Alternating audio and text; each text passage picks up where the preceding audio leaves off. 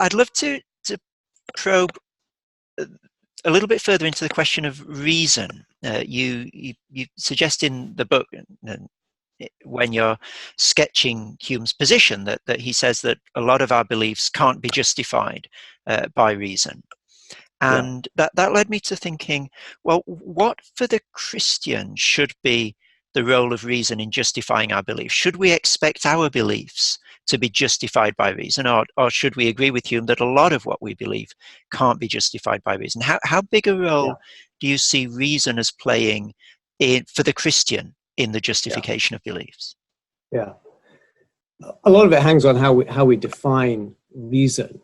If we define reason narrowly as the ability to apply logical principles to derive some truths from other truths, so to construct arguments, whether deductive or inductive or any kind, but to extend our beliefs. So if this is true, then that is true, either certainly or probably. If reason is the faculty that allows us to do this, then obviously it's hugely important for extending our knowledge of the world and our understanding of the world.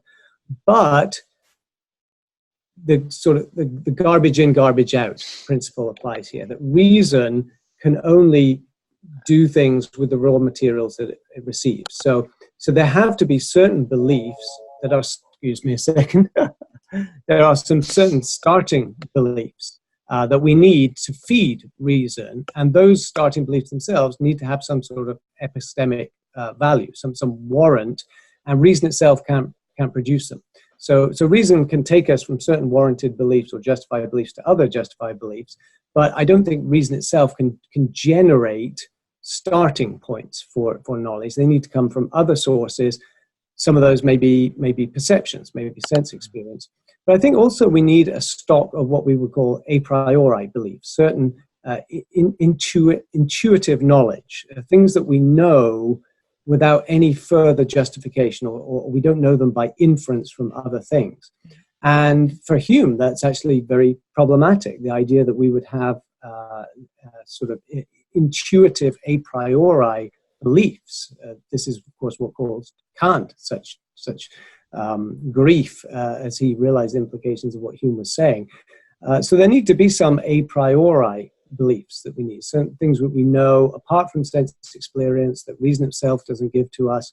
And I think only ultimately a theistic epistemology is going to be able to give us that, because in a sense, to put it very crudely, these have to be built-in beliefs. They have to be built-in beliefs that they're sort of epistemic givens, but they have to be from a reliable source.